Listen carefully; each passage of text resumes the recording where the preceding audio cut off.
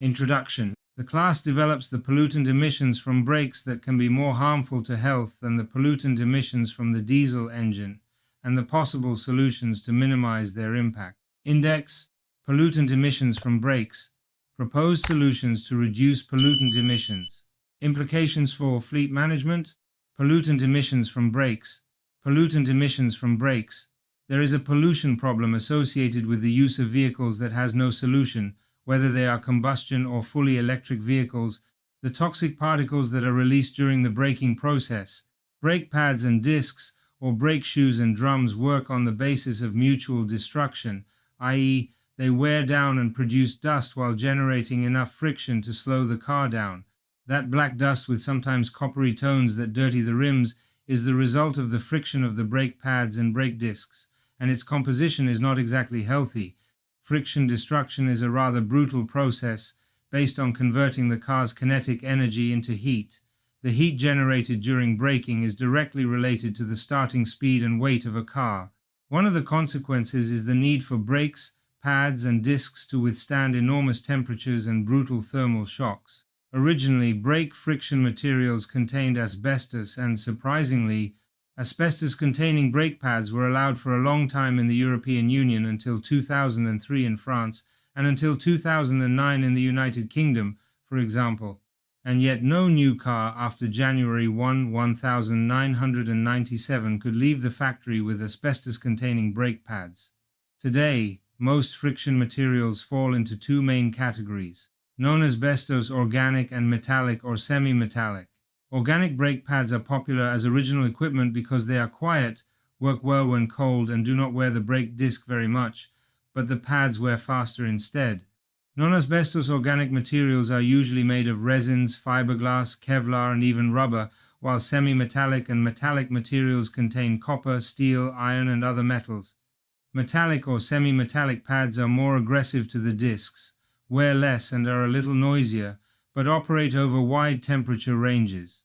They are better able to withstand high temperatures and tend to be used in sportier or heavier cars, such as SUVs. Component manufacturers have taken note and have developed pads with less harmful compositions, such as Federal Mogul, one of the world's largest automotive component manufacturers, which has developed pads in which the copper content has been reduced to approximately 0.5%, when 10 years ago copper could represent, in some cases, up to 20% of the pad. Others have come up with more original solutions, such as the Talano Technology Studio, which came up with a particle vacuum cleaner. Although it leaves the tires clean, what do we do with the particles? Not to mention what it means for the car manufacturer to integrate a new component. In the end, it didn't make it into production cars. Studies conducted. While Europe is preparing to ban the sale of gasoline and diesel cars in 2035, although it is already considering opening its hand by allowing hybrid models, little focus has been placed on the pollution generated by the brakes of cars and vehicles. It has been done for the first time with the Euro 7 regulation, which will finally apply from 2030. Now, a recent British study concludes that the dust generated by brake pads is more harmful to health than thermal engine exhaust gases, and that it accounts for up to 55% of non-exhaust emissions in terms of mass. Yes, that black substance that accumulates in the tires as the brake pads wear out, but that also stays in the atmosphere straight to our lungs. This analysis by the University of Southampton is not the first to point against the pollution generated by car and vehicle brakes. In 2019, a study by the also British Air Quality Expert Group pointed out that 60% of all fine particles emitted by road transport do not come from engines, but mainly from brakes, but also from tires or the road itself. Europe had previously set its sights on pollution from brakes.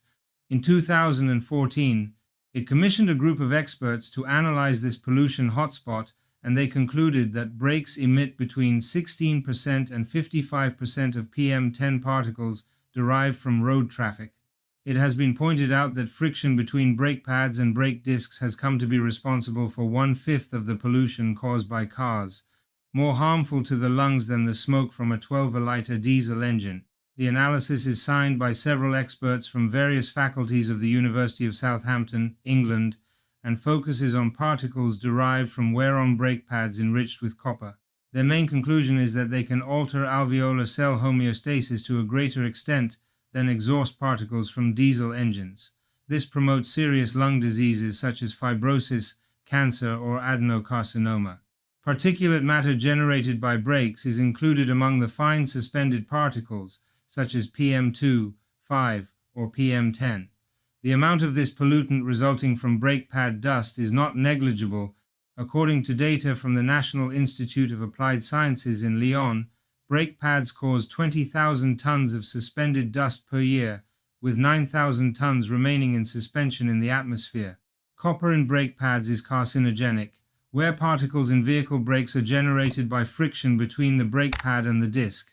The materials of the brake pads play a key role in this, with metals such as iron, copper, and zinc being common, as well as various abrasives, lubricants, and reinforcing fibers. Pollutant emissions caused by copper. The study focuses on copper, a transition metal that has replaced asbestos in organic NAO brake pads, the most widely used in the United States, for example. Asbestos, or asbestos, is a group of fibrous minerals whose use has been banned in more than a few countries because of its high likelihood of causing lung cancer. The problem is that copper is also notably harmful to respiratory health. This is postulated by this analysis based on laboratory tests in which the generation of particles produced by copper-enriched brake pads was measured in comparison with those produced by low-metal or semi-metal brake pads or those caused by a diesel engine. We identified that brake wear particles from copper-enriched organic and non-asbestos ceramic brake pads induce the highest oxidative stress, inflammation, and pseudohypoxic HIF activation, a pathway implicated in diseases associated with air pollution exposure, including cancer and pulmonary fibrosis, as well as disruption of metal metabolism and homeostasis, compared to brake wear particles from low metal or semi-metal pads and, more importantly, diesel exhaust particles. It should be noted that a 12.6-litre, 6-cylinder, Euro 3 compliant diesel engine with 6 cylinders was used for the test bench analysis, and the fuel chosen was low-sulfur EN 590 commercial diesel. It was kept at 1,200 revolutions per minute to simulate typical highway conditions. Blocks of this type are found in high-tonnage trucks or heavy industrial vehicles, such as agricultural or construction vehicles. It is not exactly a clean diesel compared to those fitted in today's diesel cars. Electric vehicle. Electric cars do not help. Another interesting reading of this study is that the volume of particulate matter emissions from car brakes is expected to increase in the coming years due to the proliferation of electric and plug-in cars. What they argue by pointing out the greater weight of electric vehicles, which equip huge batteries, they generate more of these non-exhaust emissions derived from friction. While zero-emission vehicles use systems such as regenerative braking or engine braking, electric cars wear out brake pads or tires sooner because they are heavier. The study does not intend to go against the electric car, but it does highlight that regulations should focus on curbing pollution caused by brakes by reducing the use of metals such as copper in their composition. Legislation to limit brake pollution. The Euro 7 standard was the first in Europe to focus on reducing particulate matter from tire and brake wear. Europe seeks to limit emissions of PM2.5 and nanoparticles from all types of combustion engines, as well as brakes in conventional and electric vehicles. Ultrafine particles from brake pad abrasion will be covered for the first time by an EU regulation, along with nitrogen oxides and sulfur oxides emitted by automobiles. Based on the latest evidence, the need to limit emissions of PM2.5 and nanoparticles from all types of combustion engines and brakes in conventional and electric vehicles will be considered, along with the need to reduce pollutant emissions under a broader set of conditions of use and over the lifetime of vehicles, states the text published by the European Commission. In the case of PM2.5, their size makes them 100% respirable as they travel deep into the lungs, penetrating the respiratory tract and settling in the pulmonary alveoli, and can even reach the bloodstream. In addition, these smaller particles are composed of elements that are more toxic, such as heavy metals and organic compounds, than those that generally make up the larger particles. Among the effects of inhaling the heavy metals they release are bronchitis, cardiovascular ailments, and reduced lung function, since their size makes them lighter and therefore they generally remain in the air longer. A report by the European Environment Agency estimated that chronic exposure to particulate matter resulted in some 307,000 premature deaths in the European Union in 2019 alone. In this regard, heavier combustion vehicles, such as SUVs and off-road vehicles, will be most affected by the rule. Also, electric and hybrid vehicles that use brake discs and also have a high weight due to their batteries, although there are the electric vehicles with drums on the rear axle. This new standard was scheduled to come into force in 2026, but has finally been delayed to 2030 after pressure from manufacturers. Pressure derived essentially from meeting the average emissions of the ranges of their cars, which require a much higher mix of electric or electrified cars. Proposed solutions to reduce pollutant emissions. Filter. A possible affordable solution could be the one developed by MAN Hummel, currently in the final phase. The German manufacturer has proposed to combat these pollutant emissions with a filter for braking systems. It is a kind of clamp that is placed downstream of the brake caliper in the direction of wheel rotation and where the particles should be deposited as they are released. Inside, the system is a hollow space with different waves of absorbent material where the particles should be trapped. At the end of its useful life, it is enough to remove it from the brake caliper support and replace it with another one. According to the brand, the system has already been tested in real conditions and the results have been satisfactory. The best thing is that it is a scalable product which can be easily sized to the size of the vehicle for which it is to be used. Thus, these filters can be used in cars, trucks, buses and trains. Box. This is a box trap for these emissions in the style of catalytic converters but for tires developed by the company The Tire Collective. It is based on a basic principle to provide a solution to this problem, static electricity, to attract and capture the nanoparticles released by tires.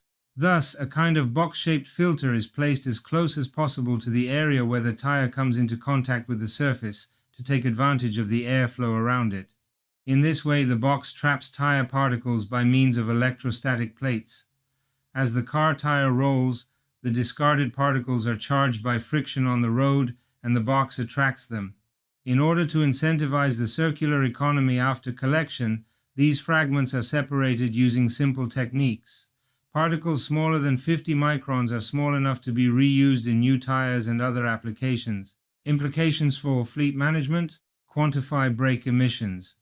To achieve net zero emissions in an electric vehicle, the power has to be generated by renewable energy such as solar or wind, but they have pollutant emissions from the braking system and tires. It is necessary to quantify the pollutant emissions from the brakes of the vehicles in the fleet. Although today there are no values of how much each car model pollutes due to brakes, in the future they will be limited and/or quantified. When this information is available, priority should be given to the acquisition of vehicles that pollute less by braking. Approximate measurement of pollutant emissions. An approximate measure is to weigh the brake pads, drums and discs before and after use and divide them by the kilometers driven to obtain the ratio grams-kilometers.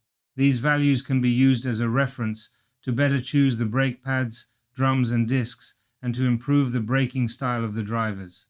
Acquisition of the vehicle. Before acquiring the vehicle, it would be advisable to know what type of brake pads, drums and discs the vehicle is equipped with in order to know how much they can pollute. Priority should be given to components with low copper content and materials that are not harmful to health. As a fleet, it is recommended to acquire the vehicles by large lots to have greater bargaining power and obtain more economical prices. You can also exercise this purchasing power to change the braking system for a less polluting one at the factory. Maintenance.